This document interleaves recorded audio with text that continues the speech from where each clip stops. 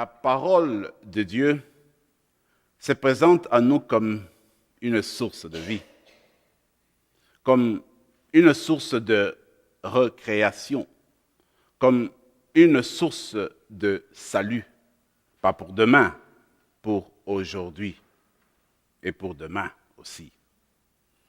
Regardez ces beaux textes d'Isaïe qui reflètent au fond le dessein, le projet que Dieu a toujours chéri dans son cœur, le projet que Dieu a toujours entretenu pour l'être humain. Vous le trouverez dans Isaïe 25. Isaïe 25 au verset 6 à 9, un texte magnifique. Vous vous rappelez, vous le connaissez. Enfin, voici ce que Isaïe dit. Il dit, écoutez, dit le Seigneur, ce jour-là, je organiserai un festin sur ma montagne sainte pour tout le peuple. Et mon festin, j'appellerai mon personnel qui vous préparera un festin aux viandes succulentes, aux viandes grasses. Il y aura du vin vieux, un vin vieux décanté. Ce jour-là, j'essuierai les larmes de vos yeux. Ce jour-là, je supprimerai la mort. Il n'y aura plus de souffrance. Ce jour-là, vous saurez que moi, je suis le Seigneur. Quel beau texte qui reflète au fond le dessein, ce pourquoi Dieu nous a créés, pourquoi nous avons été appelés à cette existence-ci. Regardez d'abord le lieu, l'endroit, la montagne. Ce jour-là, j'organiserai un festin sur ma montagne sainte. Et on le sait, dans la Bible, la montagne, c'est toujours le lieu sacré. C'est le lieu de la manifestation de Dieu. C'est le lieu de la révélation de Dieu. C'est la demeure de Dieu. Alors quand Dieu dit, écoutez, je veux organiser un festin sur ma montagne sainte, je veux organiser une fête pour vous. Et cette fête-là, ça ne sera pas chez vous, ça sera chez moi, dans mon palais, là où je vis. Je voudrais que chacune de vous prenne place dans ma demeure, où chacune de vous a sa place. Et c'est là que je vais festoyer avec vous. Je vais faire une fête avec vous. Un festin. Ce n'est pas une simple fête, c'est un festin. C'est gros. C'est un banquet. Mais dans ces banquets-là, il n'y aura pas n'importe quoi. Vous n'allez pas manger n'importe quoi. Vous allez manger de la viande. Pas n'importe quelle viande. De la viande grasse, c'est-à-dire la viande qui vient du veau gras. Et vous vous rappelez l'histoire de l'enfant prodigue, le veau gras.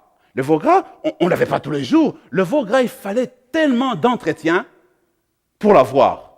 Il lui fallait un type de nourriture spéciale pour que le veau devienne gras. Il fallait un entretien à long terme. Ça prenait beaucoup de temps. Tu ne gaspillais pas comme ça un veau gras. C'est pas parce que tu avais célébré la première communion que tu vas tuer un veau gras. Du tout. C'était un festin pour le veau gras. Alors, vous vous rendez compte, quand l'enfant du père prodigue arrive, ce père-là qui est si bon, qui est au fait l'image de Dieu, tuer le veau gras pour mon fils. Ça, c'était le sommet de ce qu'on pouvait offrir. Alors le Seigneur qui nous dit, sur sa montagne sainte, vous n'allez pas manger n'importe quoi. Vous allez manger de la viande grasse, la viande qui vient du veau gras. Pour dire, mes amis, en fait, la montagne sainte, le veau gras, c'est la vie que Dieu nous donne. Parce que cette vie, c'est ce qui nous permet d'être en relation avec Dieu. C'est ce qui nous permet, au fond, d'être ce que nous sommes et puis de prendre part à la vie de communion avec Dieu. Sans ce don de Dieu, nous ne pouvons pas être ce que nous sommes. Et si Isaïe donne tant d'images, c'est pour mettre en évidence ce don de la vie qui nous vient du Seigneur. Que ce n'est pas n'importe quoi qui va servir, mais c'est du veau gras. La boisson, c'est du vieux vin qu'on ne trouve pas n'importe où. On ne le trouve que sur la montagne sainte. Alors, ce vieux vin décanté, tout ça exprime la valeur de la vie que Dieu nous donne. Parce que quand il nous appelle sur sa montagne sainte, c'est pour célébrer, c'est pour festoyer. Mais on ne peut pas festoyer avec des morts. On festoie avec des vivants, des personnes avec qui vous entretenez de relations. Alors ces personnes-là, c'est nous autres, c'est vous et moi, à qui le Seigneur a donné la vie. Il y a une belle image que j'aime beaucoup, quand il dit « J'essuierai les larmes de vos yeux ». J'aime beaucoup cette image. Il y avait un pote qui disait que quand il allait au film, lui, là, chaque fois que le film était triste, oh, les larmes coulaient. Il pleurait. Mais après le film, il peut aller prendre un gros morceau de pizza, tu sais, ça passe. Pour dire qu'on peut pleurer sans la compassion aussi. En fait, c'est un film, on voit, c'est triste, on peut pleurer, ça peut faire rappeler certaines choses, mais ce n'est pas la réalité. Après le film, tu peux aller prendre un gros morceau de pizza. Mais les pleurs dont on parle ici, ce sont des larmes de deuil. Ce sont des larmes de souffrance. Ce sont des larmes d'inquiétude.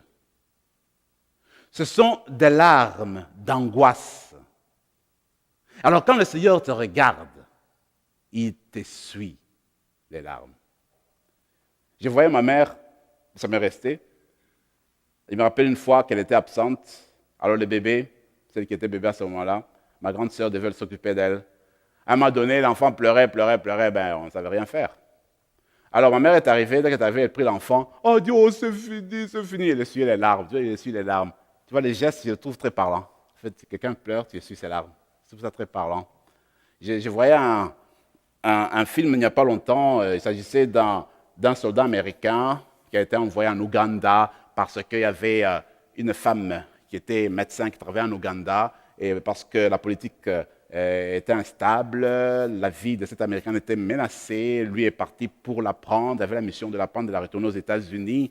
Les choses ont tourné que la femme ne voulait pas partir, elle veut rester en Ouganda, mais toujours est-il qu'à un moment donné, elle se rend compte que non, tout avait mal tourné au pays, elle devait partir. Entre-temps, elle avait trahi l'Américain. Finalement, elle se réconcilie, elle pleure. Elle s'excuse, elle pleure. Et l'Américain lui dit, je te promets que je te retournerai au pays. Et entre-temps, il essuyait ses larmes parce qu'elle pleurait de honte et puis de trahison.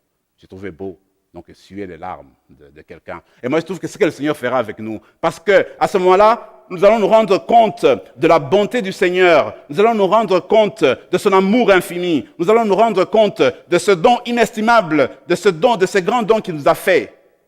Le don de la vie. On peut pleurer. Pleurer les larmes comme Pierre, les larmes de trahison, de ce qu'on a été infidèle. Alors on pleure. Alors le Seigneur va essuyer les larmes. Il dit, mais non, t'en fais pas, c'est passé ça. Tu vis avec moi. Viens manger le veau gras. Ouais. Donc, pour dire que le Seigneur, en fait, ce qu'il fera de nous ce jour-là, c'est qu'il nous prendra avec lui et il va nous essuyer, il va pratiquement faire disparaître toutes les souffrances de la terre et aussi faire disparaître la souffrance morale qui nous prenait, qui nous tenait à cœur, qui était lourde dans notre cœur, et même la souffrance physique qui nous a fait tant peiner sur la terre. Mais un autre aspect qui est très clair là-dedans, c'est l'aspect de l'universalité. Parce qu'il dit, un festin pour tout le peuple. L'universalité, mes amis, si vous faites attention, vous allez le trouver dans tous les textes bibliques presque. Et ça va de soi, parce que le Dieu de l'univers, le Dieu de Jésus-Christ, c'est le Dieu de tout le peuple, c'est le Dieu de l'univers, c'est le Dieu du monde, c'est le Dieu créateur. Alors, dans sa responsabilité, dans son amour, il s'adresse à tout le monde, il s'adresse à tout le peuple. Et il veut sauver tout le peuple. Il veut donner la vie à tout le peuple. C'est pourquoi, même dans ce beau texte, il dit, je ferai un festin pour tout le peuple de la terre. Mais je termine avec, pour ce texte, je voudrais terminer avec ces mots qui sont vraiment très clairs sur la vie, parce que le Seigneur dit, je supprimerai la mort. Il n'y aura plus de mort. Parce que dans notre finitude, quand Dieu nous a créés, parce que ce texte, je vous l'ai dit, c'est une expression, c'est une révélation du plan, du dessein qui a toujours été nourri par Dieu depuis des siècles. Dieu nous a toujours voulu des êtres vivants. Il n'a jamais voulu que la mort arrive, venir interrompre notre vie de communion avec lui. Alors il dit, moi, ces jours-là, sur ma montagne sainte, il n'y aura plus de mort, ça sera fini. Ça sera de la manière que j'ai voulu dès le début, avoir des êtres humains qui vivent avec moi en communion dans toute éternité. Si Dieu veut supprimer la mort, s'il a toujours voulu supprimer la mort, c'est parce qu'il est le Dieu de vie. Il est capable de se nommer à partir de nos noms ici. Chacun, chacune. Parce qu'il nous veut vivants, vivantes. Et il nous a créés pour cela, pour qu'on soit des personnes qui partagent sa vie. Ça, c'est un beau texte qu'il faudrait garder, qui vient appuyer ce que nous allons voir plus tard, Jean 10, 10. Je suis venu pour que vous ayez la vie et que vous l'ayez en abondance. C'est parlant de voir cet aspect c'est assez touchant, assez révélant, de voir comment le Seigneur garde beaucoup cet aspect d'universalité. Par exemple, quand il appelle les prophètes, il appelle Jérémie, il dit, écoute, je t'envoie, va pour toutes les nations. Tu seras prophète pour les nations. Dans Isaïe, il dit, écoutez, mon salut va aller aux extrémités de la terre.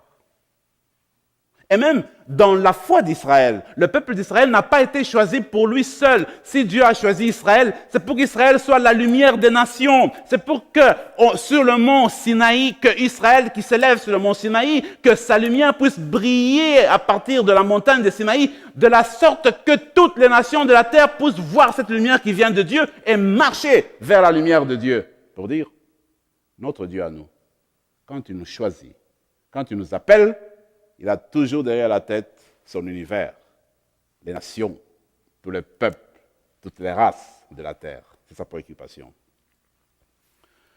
Je vous parlais de festin. Le festin que Dieu nous fait est un festin spécial. Parce que je me rappelais quand je vivais au petit séminaire, encore une fois, nos repas étaient assez rudimentaires. On pouvait se rassasier, mais c'était rudimentaire. C'était un plat, deux plats, simplement. Quand arrivait une fête, par exemple, notre petit séminaire, c'était Petit Séminaire Saint-François de Sales. Alors, quand arrivait la fête de Saint-François de Sales, le 24 janvier, alors là, on faisait bombance. Alors, on servait des repas copieux.